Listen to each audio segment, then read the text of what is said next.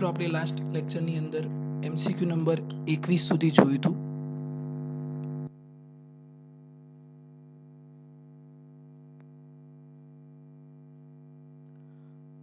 હવે એની અંદર થોડાક આપણે આગળ વધીએ અને MCQ નંબર 22 જોઈએ, જે આપણું પેપર છે સેમ્પલ પ્રશ્નપત્ર. એની અંદર આપણે વાત કરીએ છીએ.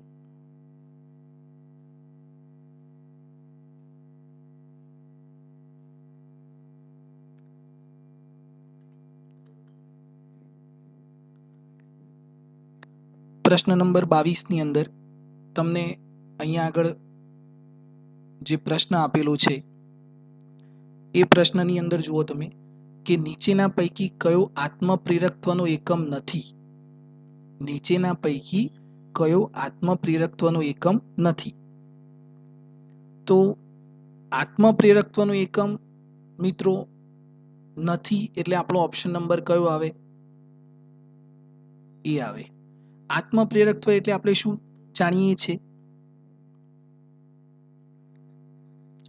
કે આત્મપ્રેરકત્વ કોને કહેવાય? ચેપ્ટર નંબર 6 નો પ્રશ્ન છે મિત્રો.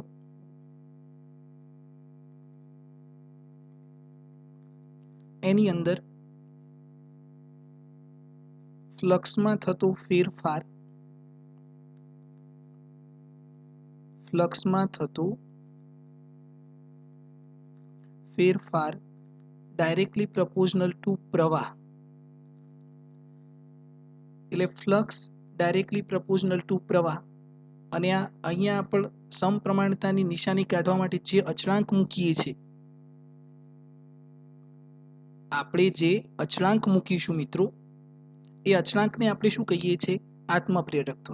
અને આત્મપ્રેરકત્વની અચળાંકની અંદર આપણે શું મૂકીએ છીએ? એલ, એલ ઇન્ટુ આઈ. તો એલ ઇઝ ઇક્વલ ટુ શું થાય? 5/I થાય. તો આનો એકમ આ ચારમાંથી કયો નથી? તો ઓપ્શન નંબર કયો આવશે મિત્રો? ઓપ્શન નંબર 1 આવે.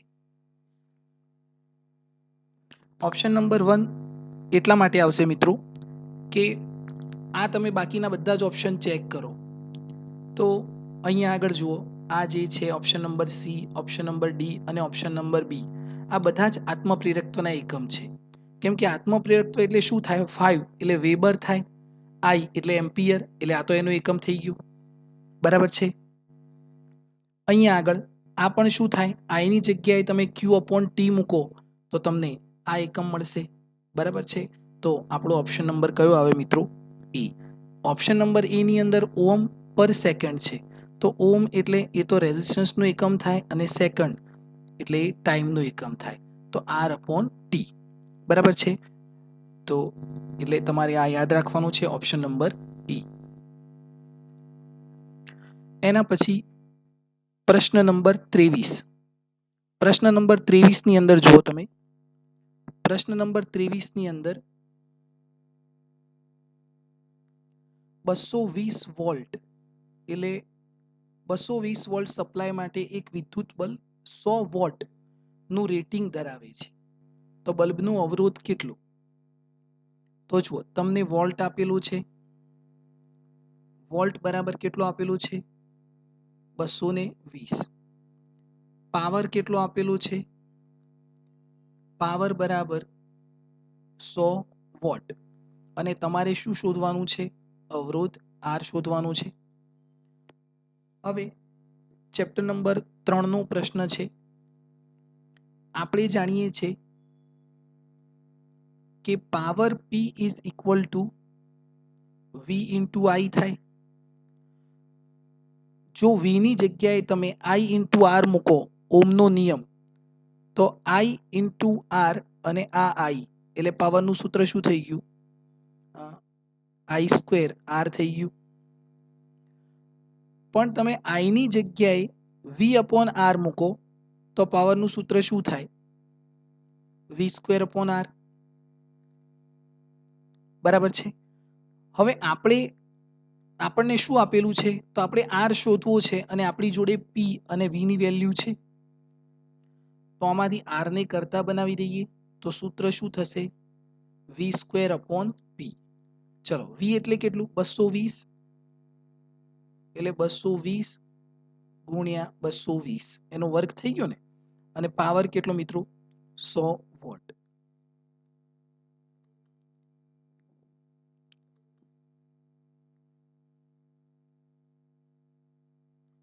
Yes Viral option number B, Parth option number B, Unnati, Krishi. તો અહીંયા આગળ ધ્રુમેન ઓપ્શન નંબર બી. આ 0 કેન્સલ થઈ જશે અને 22 ગુણ્યા 22 કરીશું એટલે ઓપ્શન નંબર શું આવશે? 484. અને આ આપણને શું મળશે?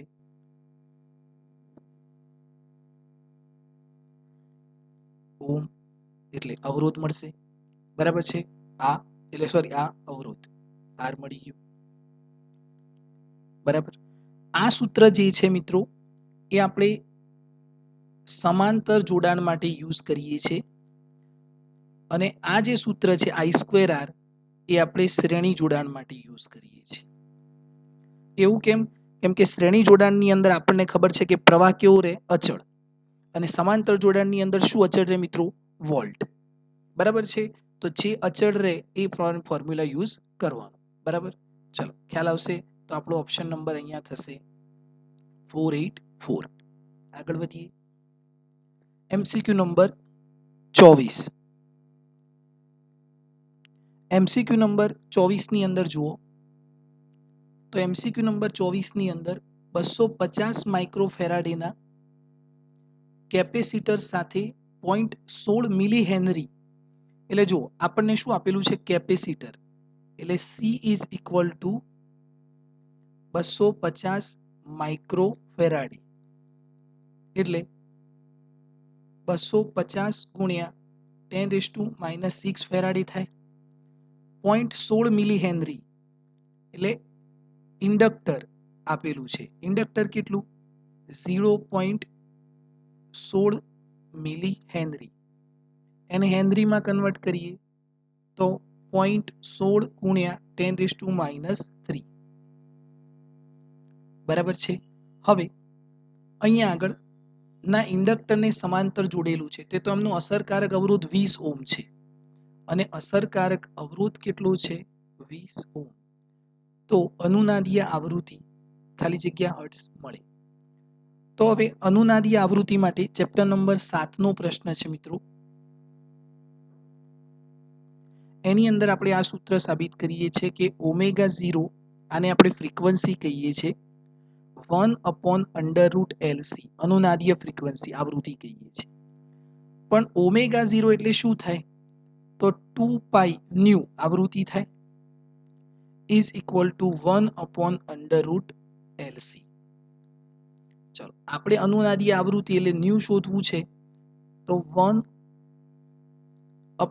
આ 2π પણ નીચે આવશે અને √LC તો છે જ. બરાબર. હવે તમારી જોડે બધી જ કિંમતો છે, આ બધી જ કિંમતો તમે અહીંયા મૂકશો એટલે તમને આન્સર મળશે. તો 1/2 ગુણ્યા 3.14 વર્ગમૂળની અંદર 0.16 ગુણ્યા 10⁻³ અને અહીંયા 250 ગુણ્યા 10⁻⁶. બરાબર છે. તો આનો તમે જવાબ ગણતરી કરશો તો તમને આન્સર મળશે.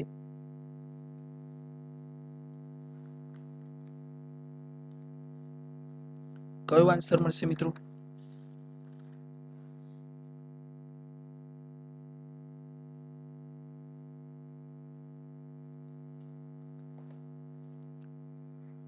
તો અહીંયા આપણો આન્સર આ બધામાંથી મેચ ન પણ થાય. કેમ? કેમ કે બુકની અંદર જ્યારે આ પ્રશ્ન આપેલો છે ત્યારે અહીંયા 0.16 મિલી હેનરીની જગ્યાએ શું લીધું છે? 16 મિલી હેનરી. 0.16 ની જગ્યાએ 16 મિલી હેનરી છે, એટલે તમે અહીંયા 16 મૂકશો તો તમારો જવાબ મેચ થાય છે કેટલો? Option number C. બરાબર છે મિત્રો. એટલે આપણે પણ એવું વિચારવાનું નહીં કે અત્યારે એને જોઈને આપણે જવાબ નોટ કરવાનું છે. આપણે તો આપણી કેલ્ક્યુલેશન પ્રમાણે જવાનું. બોર્ડની અંદર પણ તમને જે વેલ્યુ આપેલા હોય એ જ વેલ્યુ આપણે લેવાના છે. બરાબર છે. કેમ કે એ વખતે આપણી જોડે બુક નહીં હોય એટલે આપણને ખ્યાલ નહીં આવે, તો આપણે તો જે વેલ્યુ આપેલું હોય એ જ પ્રમાણે લેવાનું અને એ જ પ્રમાણે તમારા ઓપ્શન મેચ થશે. પણ આની અંદર સૂત્ર આ આવશે મિત્રો, એટલે તમારે આ યાદ રાખવાનું છે. બરાબર છે, ખૂબ જ સરળ જ પ્રશ્ન છે, પણ તમારે આ ફોર્મ્યુલા યાદ રાખવાનું છે. એના પછી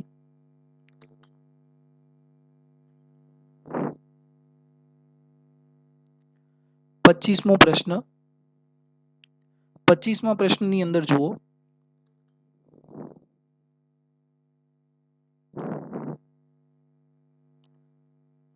જ્યારે 12 વોટના પ્રકાશના બલ્બને સ્ટેપ ડાઉન ટ્રાન્સફોર્મર સાથે જોડેલું છે ત્યારે આઉટપુટ વોલ્ટેજ 24 વોટ આપે છે, તો મહત્તમ પ્રવાહનું મૂલ્ય ખાલી જગ્યા એમ્પિયર થશે. મહત્તમ પ્રવાહનું મૂલ્ય કેટલું થાય મિત્રો? વિચારો.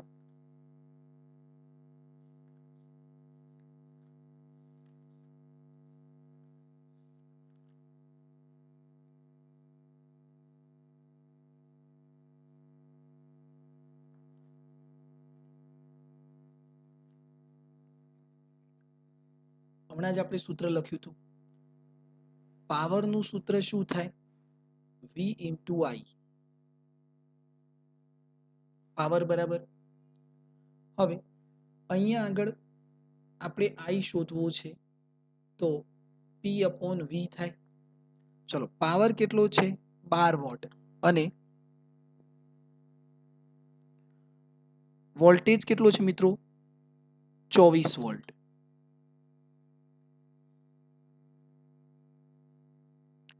તો અહીંયા આ કેટલું થાય? 1/2 પ્રવાહ થાય.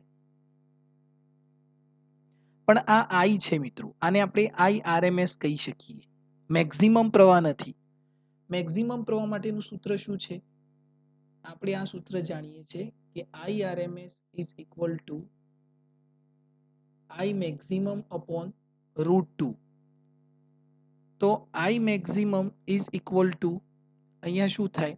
√2 ક્રોસ IRMS થાય. ચલો, અહીંયા √2 અને IRMS એટલે કેટલું છે? 1/2 છે. અસ્મિત, ઓપ્શન નંબર ડી આવશે બેટા. બીજા કોઈ મિત્રો? ચલો, કેટલો ઓપ્શન આવશે અહીંયા? યશવી, ઓપ્શન નંબર એ. પ્રીત, ઓપ્શન નંબર એ. ખૂબ જ સરસ. દર્પણ, માનસી, અસ્મિત, આપણે ઓપ્શન નંબર ડી વિચાર્યું છે બેટા. ઓપ્શન નંબર એ. ઓકે, ચલો, ઓપ્શન નંબર એ આપણો આન્સર થશે, કેમ કે મેજોરિટી ઓપ્શન નંબર એ ની છે. ચલો, ખ્યાલ આવશે. તો આપણે આ સૂત્ર યાદ રાખીશું મિત્રો. ઉન્નતિ બરાબર છે, ઓપ્શન નંબર એ. ચલો, એના પછી અહીંયા જુઓ, યાંત્રિક રાશિ બળ અચળાંક k ને અનુરૂપ વિદ્યુત રાશિ ખાલી જગ્યા છે. યાંત્રિક રાશિ બળ અચળાંક k ને અનુરૂપ વિદ્યુત રાશિ ખાલી જગ્યા છે. શું આવશે મિત્રો?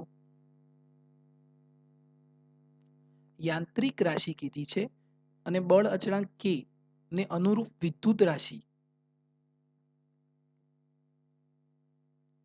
વિચારો વિચારો.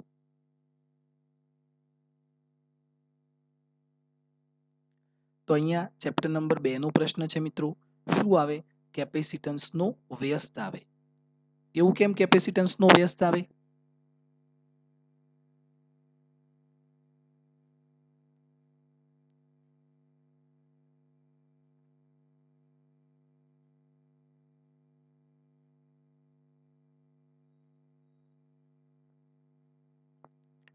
યાદ આવે છે કોઈને? તો આપણે કેપેસિટરની અંદર સૂત્ર સાબિત કરેલું છે કેપેસિટરમાં કે ડાઇલેક્ટ્રિક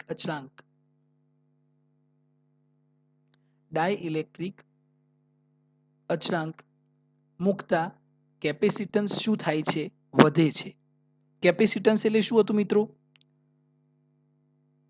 પ્રવાહની ક્ષમતા, એટલે પ્રવાહ સ્ટોર કરવાની ક્ષમતા. તો પ્રવાહ સ્ટોર કરવાની ક્ષમતા વધશે. બરાબર છે, ઇન્ડક્ટર સાથે આપણે કોઈ દિવસે એલ કે કેલ્ક્યુલેશનમાં લેતા નથી, વીજભાર સાથે પણ નથી લેતા, પ્રવાહ સાથે પણ આપણે નથી લેતા, માત્ર ને માત્ર કોની સાથે લઈએ છીએ? ઇન્ડક્ટર સોરી કેપેસિટન્સ સાથે. બરાબર છે. એટલે આને પણ આપણે કોઈ કેલ્ક્યુલેશન વગર જે આપણે થિયોરિકલ પ્રશ્ન કહીએ એવો પ્રશ્ન પૂછેલો છે. બરાબર છે, યાદ રાખજો મિત્રો. એના પછી પ્રશ્ન નંબર 27. પ્રશ્ન નંબર 27 ની અંદર જુઓ,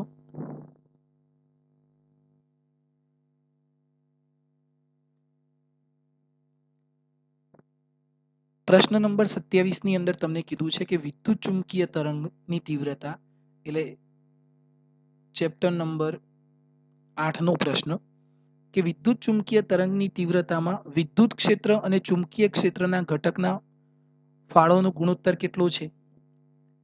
આનો આન્સર કોઈ કહેશે? કે વિદ્યુત ચુંબકીય તરંગ હોય, આપણે જાણીએ છીએ કે વિદ્યુત ચુંબકીય તરંગો વિરલ, ઓપ્શન નંબર સી. એટલે એ કોના આધારે બને? એક વિદ્યુત ક્ષેત્ર અને પ્લસ ચુંબકીય ક્ષેત્ર. એટલે વિદ્યુત ક્ષેત્ર એની આપણે ઉર્જા જાણીએ છીએ, half epsilon 0 E square is equal two, અહીંયા પણ ઇક્વલ ટુ મૂકું, બી સ્ક્વેર અપોન 2 ન્યુ 0. આ એકમ કદ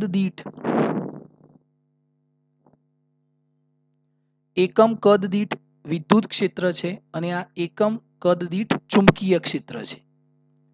એટલે બંને જ્યારે વિદ્યુત ચુંબકીય તરંગ બને છે, માનો કે આ રીતે કોઈ વિદ્યુત ચુંબકીય તરંગ બને, તો એ વિદ્યુત ચુંબકીય તરંગની અંદર વિદ્યુત ક્ષેત્ર અને ચુંબકીય ક્ષેત્ર આ બંનેનો ફાળો કેવો હોય છે મિત્રો?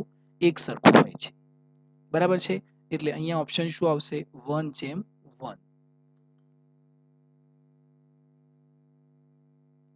ક્લિયર છે?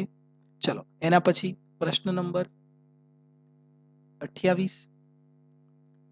પ્રશ્ન નંબર 28 ની અંદર જુઓ કે 3 મીટર અંતરે રહેલા 100 વોટના બલ્બથી ઉત્સર્જાતા વિકિરણથી, એટલે 3 મીટર અંતરે રહેલા, માનો કે અહીંયા આગળ આ એક બલ્બ છે, આનાથી કેટલા અંતરે? 3 મીટર અંતરે રહેલા, એટલે આ 3 મીટર અંતરે રહેલો 100 વોટનો બલ્બ છે. વિકિરણથી ઉત્પન્ન થતી વિદ્યુત ક્ષેત્રની તીવ્રતા E છે. તેટલા જ અંતરે, હવે અંતર આટલું જ રાખીએ આપણે, એટલે કેટલું? 3 મીટર જ રાખીએ. 50 વોટના બલ્બથી, હવે આ બલ્બ જે છે એ આપણે કેટલો કરી દઈએ? 50 વોટ.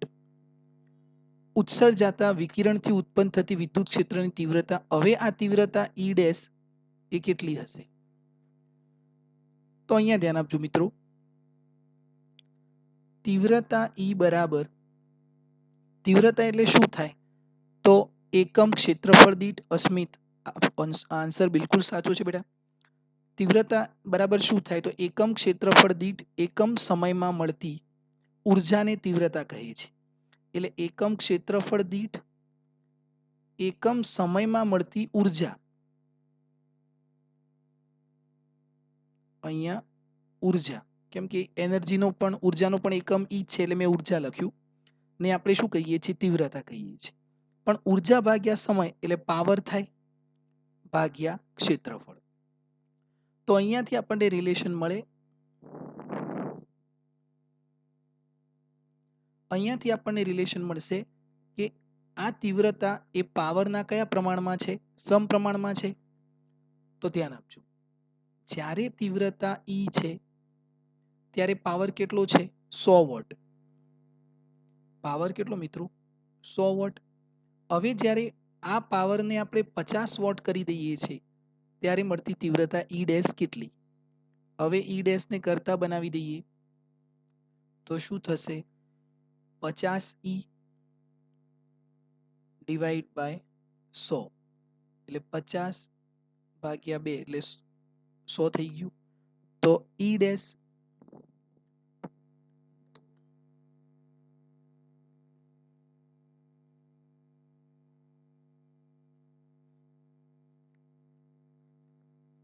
અહીંયા ઈ ડેશ બરાબર કેટલું થશે મિત્રો? E/2 થશે. ક્લિયર છે? તો આપણો ઓપ્શન નંબર જે છે એ કયો થશે? એ થશે. ખ્યાલ આવી ગયો મિત્રો? ચલો એના પછી આગળ વધીએ. પ્રશ્ન નંબર 29. 29 ની અંદર જુઓ મિત્રો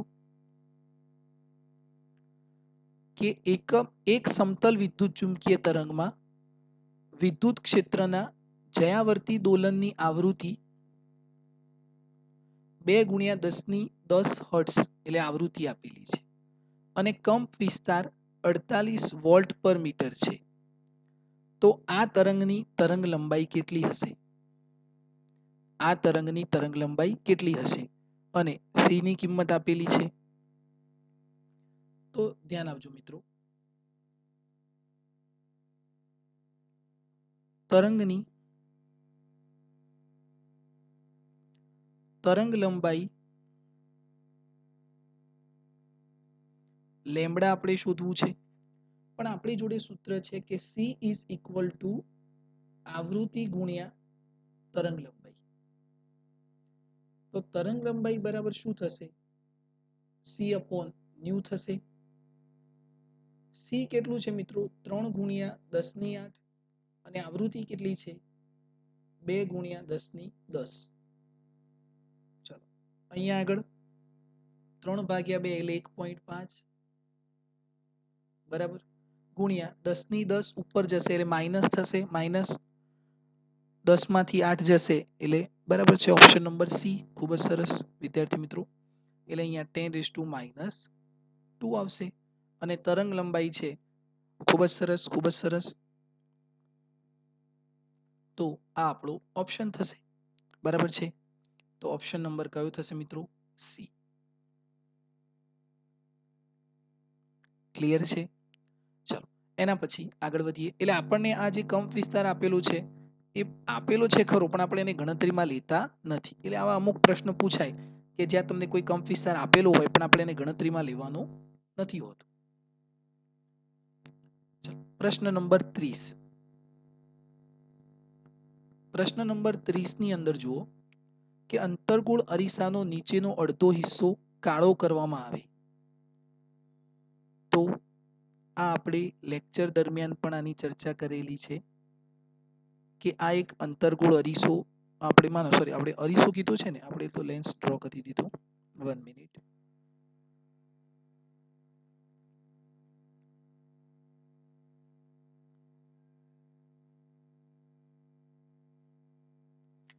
આ રીતનો એક આપણે અંતર્ગોળ અરીસો લીધો છે અને આ એની મુખ્ય અક્ષ છે.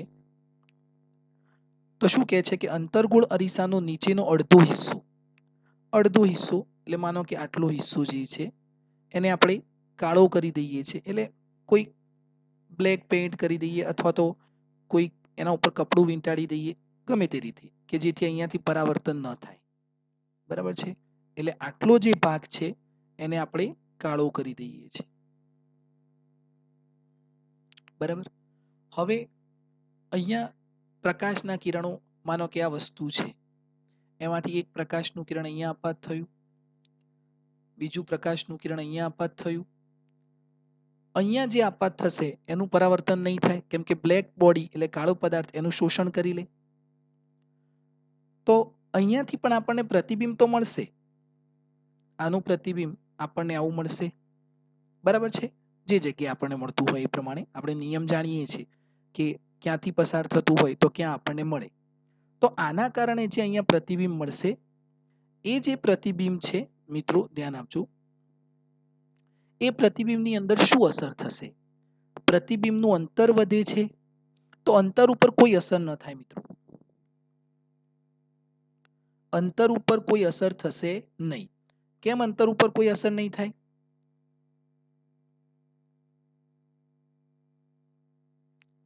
કેમ કે અંતર જે છે એ અહીંયા બ્લેક કરવાથી એના પર ડિપેન્ડ નથી કરતું, બરાબર છે. અંતર તો તમે જે આગળ વસ્તુ મૂક્યું છે એના પર ડિપેન્ડ કરે છે. બીજું, પ્રતિબિંબ અંતર ઘટે એટલે અંતર તો અહીંયા કઈ જ ઓપ્શનમાં આવશે જ નહીં. તીવ્રતા વધે કે તીવ્રતા ઘટે તો ઓપ્શન નંબર આવે એની તીવ્રતા ઘટી જાય છે. કેમ તીવ્રતા ઘટે છે? કેમ કે પ્રકાશના કિરણો ઓછા થઈ ગયા. પહેલા માનો કે 20 પ્રકાશના કિરણોથી અહીંયા આગળ પ્રતિબિંબ મળતું હતું, હવે માત્ર 10 જ પ્રકાશના કિરણોથી પ્રતિબિંબ મળે છે. તો આ પ્રતિબિંબની તીવ્રતા કેવી થઈ જશે? ઘટી જશે. એટલે આપણો ઓપ્શન નંબર કયો આવશે મિત્રો? ડી. બરાબર છે. ચાલો એના પછી આગળ વધીએ. MCQ number 31. એમસીક્યુ નંબર 31 ની અંદર જુઓ, જ્યારે પ્રકાશનું કિરણ હવામાંથી કાચમાં ગતિ કરે ત્યારે, હવે અહીંયા ધ્યાન આપજો,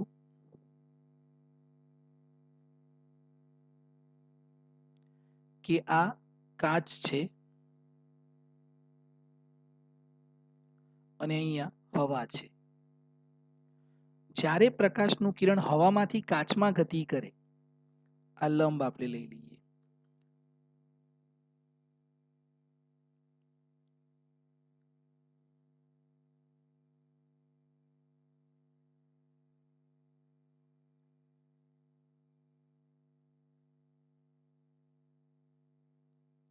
હવે ધ્યાન આપજો મિત્રો. હવાનો વક્રીભવનાંક આપણે જાણીએ છીએ 1 અને કાચનો વક્રીભવનાંક આપણે જાણીએ છીએ 1.5. ગ્લાસનો વક્રીભવનાંક છે. કોનો વક્રીભવનાંક વધારે છે? કાચનો. અને કોનો વક્રીભવનાંક ઓછો છે? હવાનો.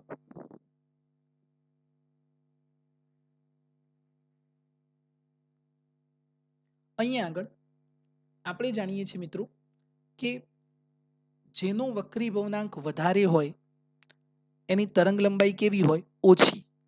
તો જ્યારે પ્રકાશનું કિરણ હવામાંથી કાચમાં ગતિ કરશે, એટલે વક્રીભવનાંક વધી જશે, તો તેની તરંગ લંબાઈ શું થાય છે? ઘટે છે.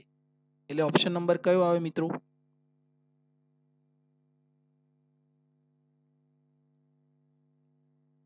ઓપ્શન નંબર એ આવશે. કેમ કે આપણે આ યાદ રાખવાનું મિત્રો, પ્રિઝમ વાળો જે ભાગ છે,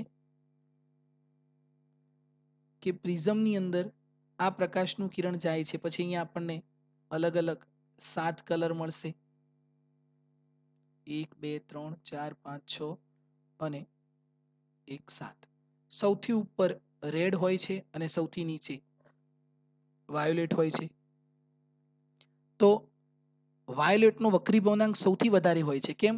તો એ આટલું કોણાવર્તન કરે છે. પણ વક્રીભવનાંક વધારે હોય છે એટલે એની તરંગ લંબાઈ કેવી હોય છે? ઓછી. તો જેનો વક્રીભવનાંક વધારે એની તરંગ લંબાઈ ઓછી. તો અહીંયા વક્રીભવનાંક વધશે એટલે તરંગ લંબાઈ કેવી થશે મિત્રો? ઘટી જશે. બરાબર છે. ચલો એના પછી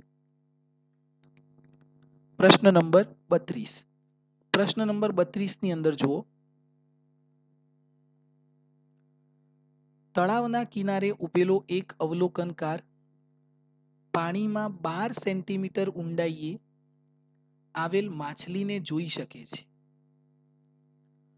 અવલોકનકાર દ્વારા નોંધાતી તેની આભાસી ઊંડાઈ. તળાવ કિનારે ઉભેલો એક અવલોકનકાર, એટલે જુઓ, માનો કે આ અહીંયા આગળ આ તળાવનો કિનારો છે, અહીંયા પાણી છે અને અહીંયા આગળ એક માછલી છે. તો અવલોકનકાર પાણીમાં 12 સેન્ટીમીટર ઊંડાઈએ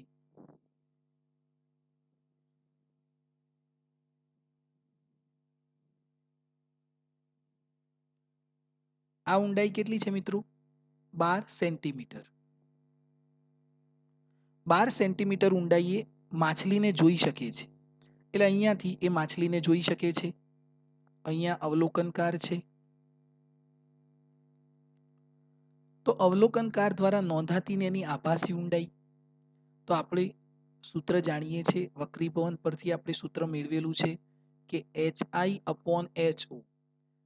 જે ઓબ્ઝર્વેશન કરતો હોય, જ્યાંથી ઓબ્ઝર્વેશન થતું હોય, અહીંયા આજુબાજુ શું છે? હવા. એટલે એનો વક્રીભવનાંક ઉપર આવે 1, અને જેની અંદર ઓબ્ઝર્વેશન કરતો હોય એનો વક્રીભવનાંક નીચે આવે. એટલે પાણીની અંદર ઓબ્ઝર્વેશન કરે છે એટલે એનો વક્રીભવનાંક ક્યાં આવે? નીચે એટલે પાણીનો વક્રીભવનાંક કેટલો તો ન્યુ ઇઝ ઇક્વલ ટુ 4/3 તો અહીંયા પાણીનો વક્રીભવનાંક આપણને આપેલું છે 4/3 ધ્યાન આપજો જો માછલી અહીંયા રહી અને બહાર ઉભેલા અવલોકનકારનો જે અવલોકનકાર છે એ વ્યક્તિનું અવલોકન કરતું હોય તો માછલી એટલે પાણીનો વક્રીભવનાંક ઉપર આવે જ્યાંથી અવલોકન થતું હોય એનો વક્રીભવનાંક ઉપર લેવાનો મિત્રો તો આ શું થશે 3/4 થઈ જાય આ 3 ઉપર ગયા ને હવે જુઓ HO HI આ HO આ બાજુ જાય તો 3/4 અને HO ઓરિજિનલ હાઈટ કેટલી છે 12 સેન્ટીમીટર તો અહીંયા આગળ 4 3 12 સેન્ટીમીટર તો HI કેટલો આવશે મિત્રો HI is equal two 9 centimetre બરાબર છે 3 ગુણ્યા 3 એટલે ઓપ્શન નંબર બી આવશે બરાબર તો 9 સેન્ટીમીટર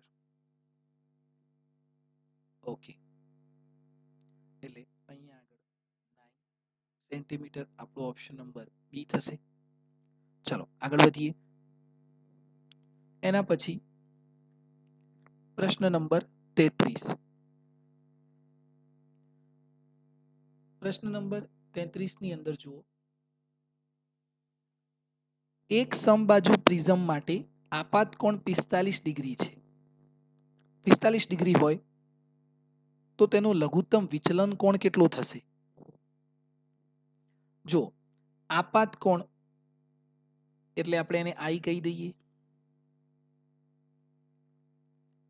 આપાત કોણ I બરાબર કેટલો છે 45 ડિગ્રી તો લઘુત્તમ વિચલન કોણ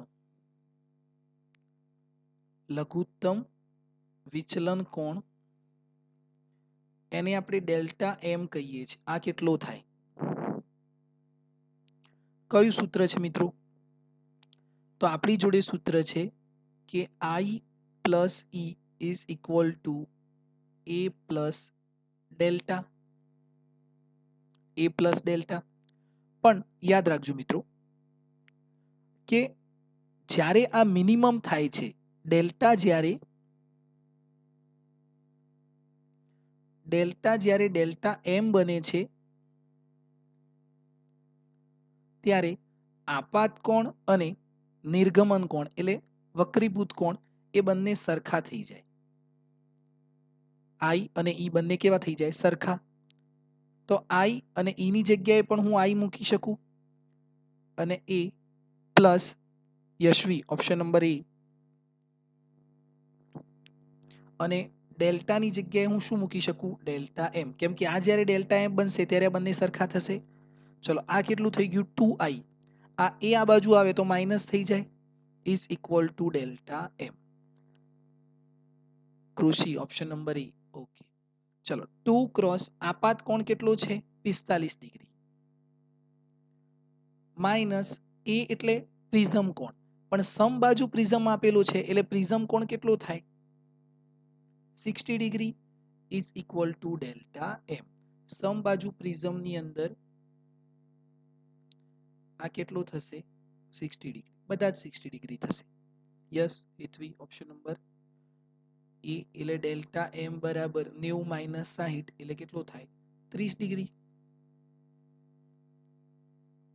બરાબર છે ચલો તો આપણો ઓપ્શન નંબર કેટલો થશે એ થઈ જાય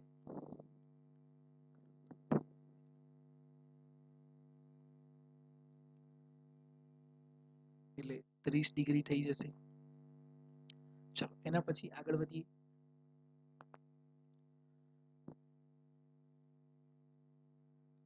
કાચના લેન્સ માટે f બરાબર 0.5 મીટર હોય તો લેન્સનો પાવર કેટલો ચલો આ તો તમે ગણીને કહી શકો okay option number D Preet yes બીજા મિત્રો પણ લેન્સનો power Rudra option number D બેટા લેન્સનો power P is equal to 1 upon F 1 upon F 0.5 એટલે સોરી 0.5 એટલે 1/2 લખાય ને તો આ 2 ઉપર જશે એટલે ઓપ્શન નંબર ડી આવશે બરાબર છે તો લેન્સનો પાવર કેટલો થશે 2 ડાયોપ્ટર, 2 ડાયોપ્ટર. ખ્યાલ આવશે? ઓકે, ખૂબ જ સરળ સૂત્ર છે, આના મદદથી તમે ગણી શકો છો.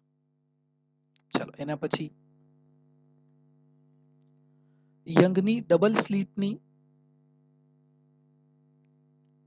ડબલ સ્લિટના પ્રયોગમાં ચોથી પ્રકાશીય શલાકાની પહોળાઈ 2 ગુણ્યા 10⁻2 હોય તો છઠ્ઠી પ્રકાશીય શલાકાની પહોળાઈ કેટલી થાય મિત્રો? કોઈ ગણતરી નથી. કયો ઓપ્શન આવે? પ્રીત, અસ્મિત, ઓપ્શન નંબર સી યસ,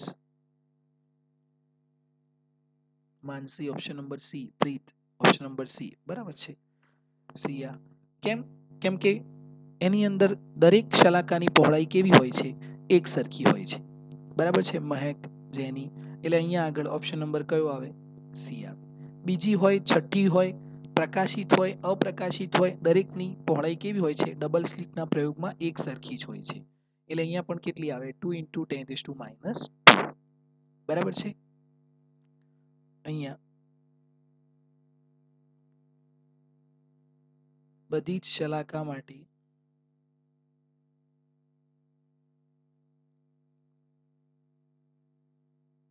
પહોળાઈ એક સરખી રહે છે. ચાલો આગળ વધીએ. એના પછીનો જે પ્રશ્ન છે કે અડચણની ધાર પાસેથી તરંગની વાંકા વળવાની ઘટનાને શું કહે છે? અડચણની ધાર પાસેથી વાંકા વળવાની ઘટનાને શું કહે છે? યસ, ખૂબ જ સરસ. સ્મિત, પ્રીત, માનસી, યસ. બીજા મિત્રો પણ બધા જે આન્સર આપે છે ખૂબ જ સાચો આન્સર ઓપ્શન નંબર બી. બરાબર છે. જો અહીંયા આ શબ્દ પકડવાનો, અડચણની ધાર. આમ તો વાંકા વળવાની ઘટનાને તો વક્રીભવન પણ કહેવાય, પણ વક્રીભવન માટે ધાર જરૂરી નથી. પણ આપણે ભણેલા છે કે અહીંયા આગળ આ એક આપણે અહીંયાથી આ લાઈટ જાય છે, આ લાઈટ આમ સીધી જશે, પણ જે પ્રકાશ અહીંયાથી જશે, અહીંયાથી એ આ ધાર પાસેથી શું થાય છે? થોડોક વાંકો વળશે. અને વિવર્તન એ એક જ માધ્યમમાં થાય. અહીંયા પણ હવા છે, અહીંયા પણ હવા છે, એટલે આ ઘટનાને આપણે શું કહીએ છીએ? વિવર્તન. ખ્યાલ આવશે મિત્રો? ચાલો એના પછી પ્રશ્ન નંબર 37. પ્રશ્ન નંબર 37 ની અંદર જુઓ કે બે સ્લીટો વચ્ચેનું અંતર 1 મિલીમીટર. બે સ્લીટ વચ્ચેના અંતરને આપણે શું કહીએ છીએ? સ્મોલ ડી કે કેપિટલ ડી મિત્રો?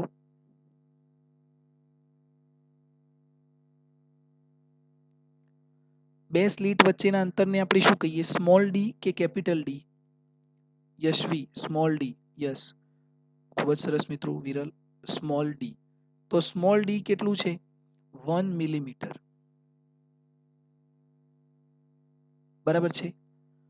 અને પડદો મહેક 1 મીટર દૂર રાખવામાં આવેલો છે, એટલે પડદો એટલે કેપિટલ ડી બરાબર 1 મીટર. આને પણ આપણે મીટરમાં કન્વર્ટ કરી દઈએ એટલે 1 × 10⁻³ મીટર.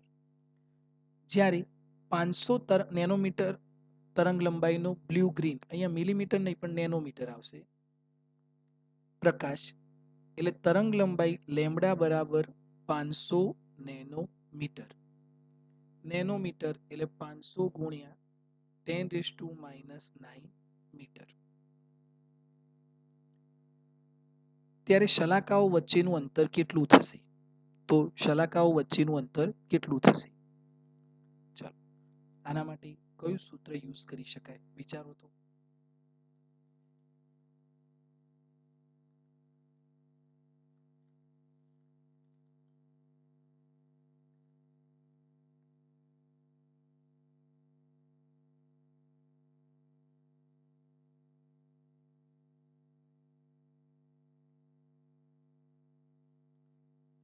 યસ, કોઈને યાદ આવે છે મિત્રો?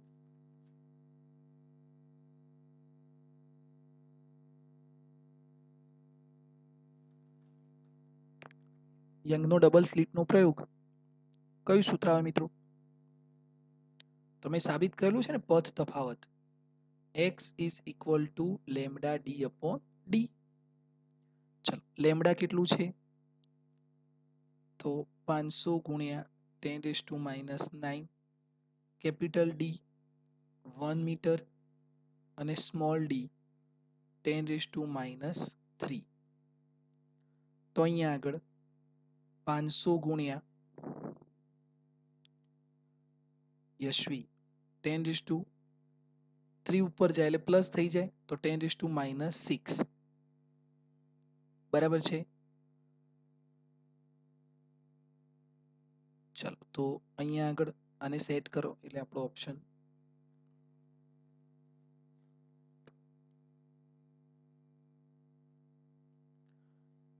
ઓપ્શન નંબર એ બરાબર છે મિત્રો. માનસી ઓપ્શન નંબર ડી નહીં આવે બેટા, ઓપ્શન નંબર એ આવશે. ઓપ્શન નંબર કયો આવે? એ, કેમ કે આને મિલીમીટરમાં કન્વર્ટ કરવાનું છે. 1, 2 અને 3 એટલે 10⁻³ થશે ને, અને 10⁻³ એટલે મિલીમીટર બરાબર છે. એટલે x is equal two 0.5 into 10⁻³ પણ 10⁻³ એટલે મિલીમીટર લખાય ને, તો x is equal two 0.5 millimetre. એટલે ઓપ્શન નંબર કયો આવે મિત્રો? એ આવશે. અને આ પથ તફાવતનું સૂત્ર છે મિત્રો, પથ તફાવત બરાબર. તમે આ રીતે બે સ્લીટ લો છો અને અહીંયાથી આને આપણે સાબિત કરીએ છીએ બરાબર. અહીંયા આગળ અહીંયાથી આ અંતર લઈએ છીએ, આને કેપિટલ ડી કહીએ છીએ, આને સ્મોલ ડી કહીએ છીએ બરાબર. ચલો આગળ વધીએ આપણે. પ્રશ્ન નંબર 38. પ્રશ્ન નંબર 38 ની અંદર જુઓ કે જ્યારે અડચણની પહોળાઈ 3 મિલીમીટર હોય અને તરંગ લંબાઈ 500 નેનોમીટર હોય તો કયા અંતર માટે કિરણ પ્રકાશશાસ્ત્ર એક સારી સન્નિકટતા હશે? આને આપણે કહીએ છીએ ફ્રેસ્નલ ડિસ્ટન્સ, ફ્રેસ્નલ અંતર કહીએ છીએ. ZF ચેપ્ટર નંબર 10 નો છેલ્લો પોઈન્ટ તમને આપેલો છે, હવે ખબર નહીં એક્ઝામમાં છે કે નહીં, પણ ZF is equal two a² upon lambda. ચલો એ કેટલું છે? 3 મિલીમીટર એટલે 3 ઇન્ટુ 10⁻³ મીટર એનો વર્ગ. કૃષિ ઓપ્શન નંબર બી, યશવી, અસ્મિત. અને તરંગ લંબાઈ કેટલી છે? સિયા ઓપ્શન નંબર બી બેટા 500 નેનોમીટર એટલે 500 ગુણ્યા 10⁻⁹. ચલો આ 3 ગુણ્યા 10 એટલે 9 ગુણ્યા 10⁻⁶ અને અહીંયા 500 ગુણ્યા 10⁻⁹ બરાબર છે. ઓકે ચાલો તો આ તમારું સૂત્ર છે ફ્રેસ્નલ ડિસ્ટન્સ બરાબર. આના પરથી મોટા ભાગે બોર્ડની એક્ઝામની અંદર એકાદ MCQ તો પૂછાતું જ હોય છે, પણ હવે ટોપિક કેન્સલ છે તો ખબર નહીં પૂછાય ન પૂછાય, પણ આપણે તૈયારી રાખવાની, ખૂબ જ સરળ જ છે. એટલે આવા શબ્દો આવે સારી સન્નિકટતા, તો કયા અંતર સુધી આપણે પ્રકાશશાસ્ત્રને સારી રીતે અભ્યાસ કરી શકીએ છીએ? તો આટલા અંતર સુધી બરાબર છે. ચલો એના પછી પ્રશ્ન નંબર 39. પ્રશ્ન નંબર 39 ની અંદર જુઓ, એક સ્લીટ વડે થતી વિવર્તન ભાતમાં દ્વિતીય અધિકતમ મેળવવા માટેની શરત ખાલી જગ્યા છે. દ્વિતીય અધિકતમ મેળવવા માટેની શરત ખાલી જગ્યા છે. શું આવે મિત્રો ઓપ્શન?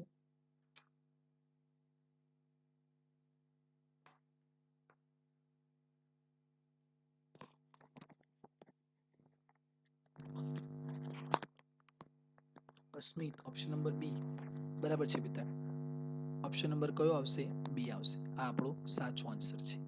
દ્વિતીય અધિકતમ મેળવવા માટેની શરત એટલે આપણે આ સૂત્ર સાબિત કરેલું છે, a sin theta is equal to 2n-1 lambda by 2. આ આપણું સૂત્ર થશે બરાબર છે. ક્લિયર છે મિત્રો? ઓકે. આ થિયરિકલ પ્રશ્ન છે એટલે તમારે યાદ રાખવાનું. ચલો MCQ નંબર 40. MCQ નંબર 40 ની અંદર જુઓ પ્રકાશની તીવ્રતામાં થતા ફેરફાર સાથે ફોટોઇલેક્ટ્રિક પ્રવાહમાં થતા ફેરફારનો આલેખ નીચેનામાંથી કયો છે? પ્રકાશની તીવ્રતામાં થતા ફેરફાર સાથે ફોટોઇલેક્ટ્રિક પ્રવાહમાં થતો ફેરફારનો આલેખ નીચેનામાંથી કયો છે? યસ, વિચારો મિત્રો. યસ, ઓપ્શન નંબર ડી મિત્રો. યસ, બરાબર છે. કેમ? તો આપણે બે સેન્ટ હેતવી ઓપ્શન નંબર ડી, જેની માનસી બધા મિત્રોએ ઓપ્શન નંબર ડી આપ્યો. તો અહીંયા ઓપ્શન નંબર ડી એટલા માટે કે આપણે જાણીએ છીએ કે તીવ્રતા વધારતા આપણે બે ઓપ્શન જાણીએ છીએ મિત્રો કે તીવ્રતા વધારતા ચેપ્ટર નંબર 11 ની અંદર તીવ્રતા વધારતા પ્રવાહ વધે છે અને આવૃત્તિ બદલતા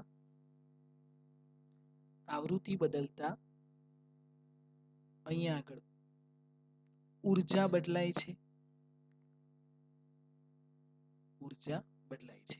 એટલે ઉર્જા એ આવૃત્તિ પર ડિપેન્ડ કરે છે અને પ્રવાહ એટલે ઇલેક્ટ્રોનની સંખ્યા એ તીવ્રતા પર ડિપેન્ડ કરે છે.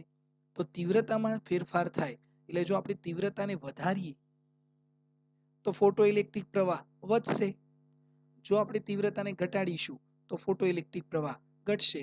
એટલે એની એક સુરેખ લાઈન મળશે. એટલે ઓપ્શન નંબર ડી એ આપણો સાચો ઓપ્શન છે. ચાલો આગળ વધીએ. પ્રશ્ન નંબર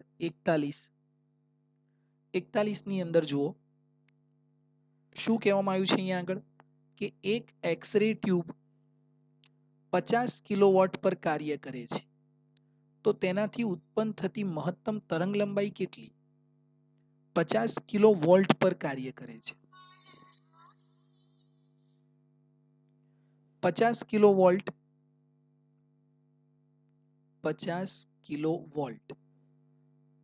એટલે 50 ગુણ્યા 10⁻³ વોલ્ટ થઈ જાય.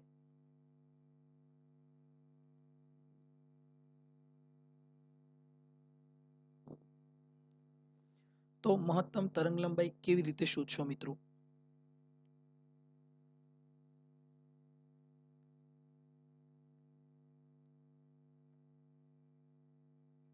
વિચારો. તમને વોલ્ટ આપેલું છે અને તમારે તરંગલંબાઈ જોઈએ છે. તો yes, EV0 is equal to hν. બરાબર છે. તો આપણે ન્યુ ને કરતા બનાવીએ તો EV0 upon h થઈ જાય. E એટલે ઇલેક્ટ્રોનની કિંમત 1.6 into 10⁻90. V0 એટલે તમને આપેલું છે 50 ગુણ્યા 10⁻³ અને h એટલે 6.6 into 10⁻34. બરાબર છે. આ આવૃત્તિ મળશે. આવૃત્તિ જે મળશે મિત્રો એ આવૃત્તિ પછી તમને સૂત્ર ખ્યાલ છે કે C is equal to nu into lambda. તો તરંગલંબાઈ લેમ્બડા is equal to શું થશે? C upon nu. એટલે આ સૂત્ર બનશે.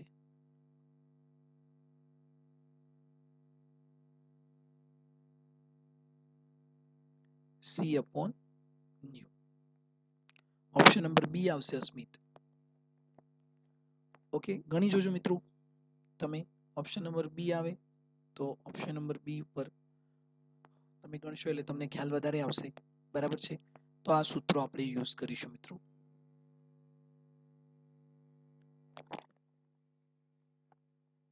વન મિનિટ મિત્રો, તમે વિચારો.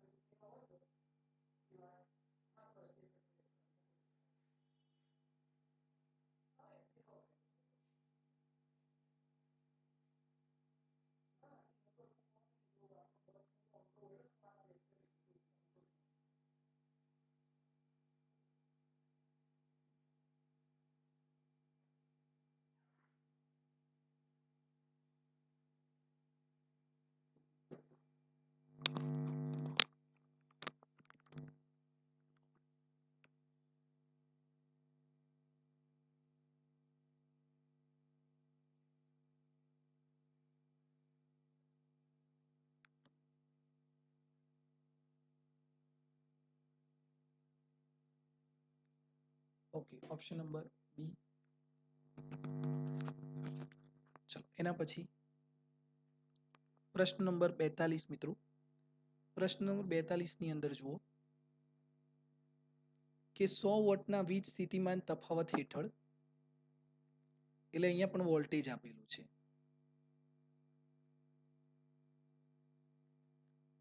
અને એ કેટલો આપેલો છે 100 વોલ્ટ. પ્રવેગિત કરેલ એક ઇલેક્ટ્રોનની દ બ્રોગલી તરંગ લંબાઈ. તો ડી બ્રોગલી તરંગ લંબાઈ માટે જો આપણને ખાલી વોલ્ટ આપેલું હોય તો આપણે સૂત્ર સાબિત કરેલું છે મિત્રો, 1.227 નેનોમીટર ડિવાઈડ બાય વર્ગમૂળની અંદર વોલ્ટ. બરાબર છે. તો 1.227 અને વોલ્ટ 100 એટલે 100 નું વર્ગમૂળ 10 નીકળી જાય ને. બરાબર છે. અને આ નેનોમીટર છે એટલે 10⁻⁹ મીટર, અને આ 10 ઉપર જશે પ્લસ છે એટલે ઉપર જશે તો માઇનસ થશે, એટલે 1.227 ગુણ્યા 10⁻⁻10 મીટર થાય, એટલે 1.227 એંગસ્ટ્રોમ થઈ જાય. તો આટલી તરંગ લંબાઈ નીચેનામાંથી કયા તરંગોની હોય?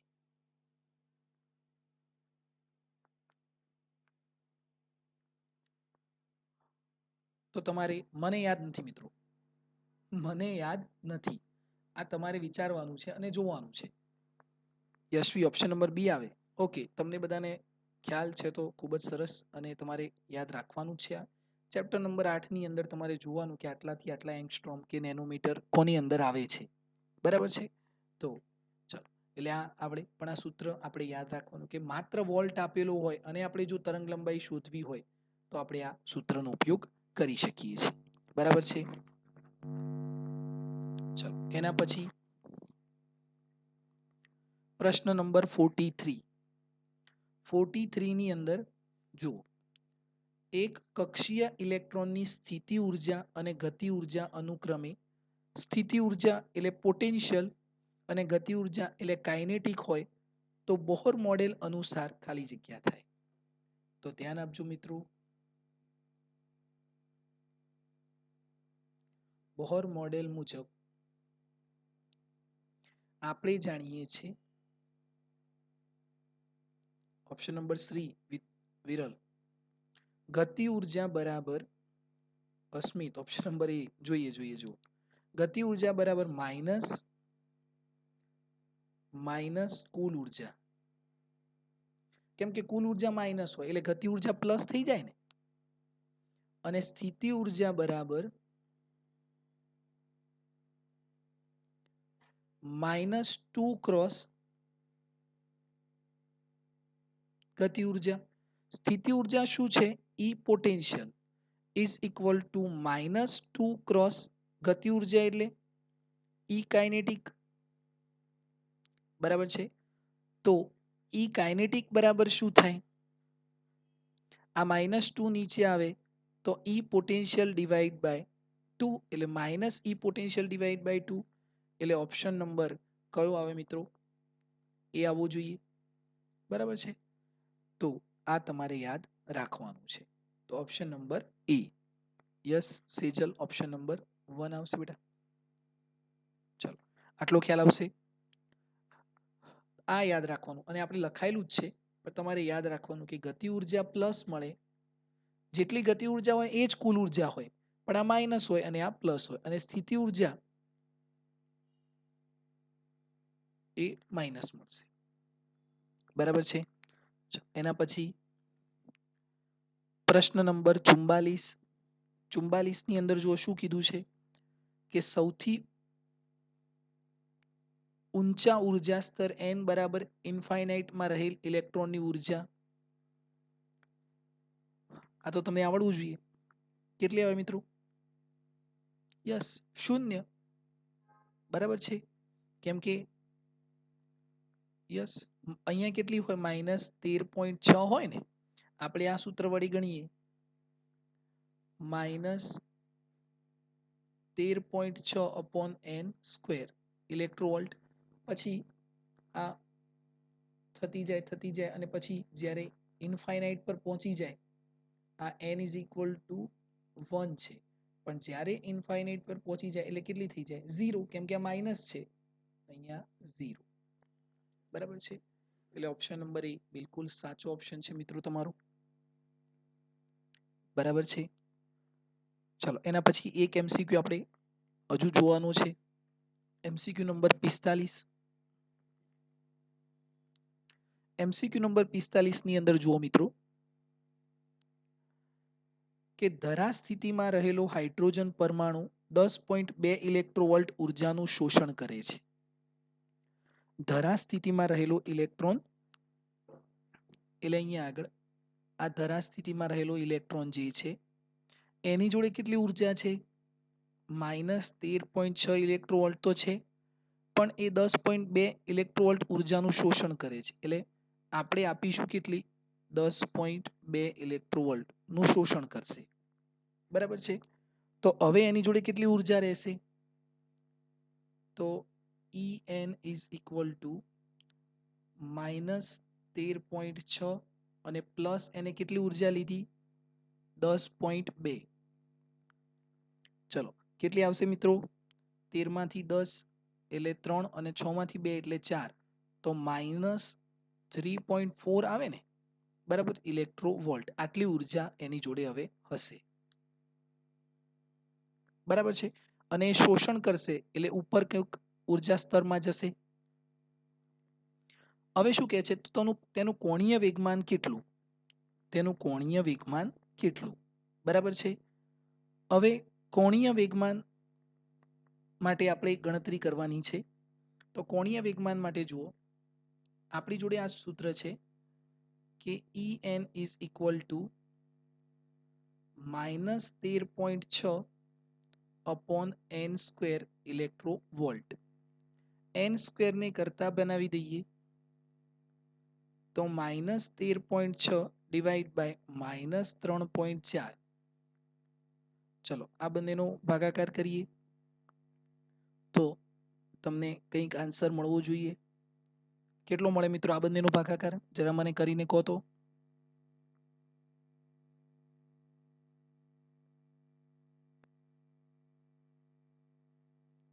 ફોર કૃષિ, અસ્મિત, ઉન્નતિ, યશવી, વિરલ, બરાબર છે, પ્રીત, 4 મળે બેટા. તો n square is equal two 4. તો n ઇઝ ઇક્વલ ટુ કેટલા મળશે મિત્રો? 2. બરાબર, યસ, બાકી મિત્રો પણ સાચું છે. તો કોણીય વેગમાન આપણે શોધવું છે. તો કોણીય વેગમાન L ઇઝ ઇક્વલ ટુ શું થાય મિત્રો? NH/2π. ચલો n એટલે કેટલા? 2 છે. h ની કિંમત તમે જાણો છો 6.6 ઇન્ટુ 10⁻⁻34 ડિવાઈડ બાય 2 ક્રોસ 3.14. બરાબર છે. ચલો આનું સાદુરૂપ આપશો મિત્રો તમે, એટલે તમને અહીંયાથી કંઈક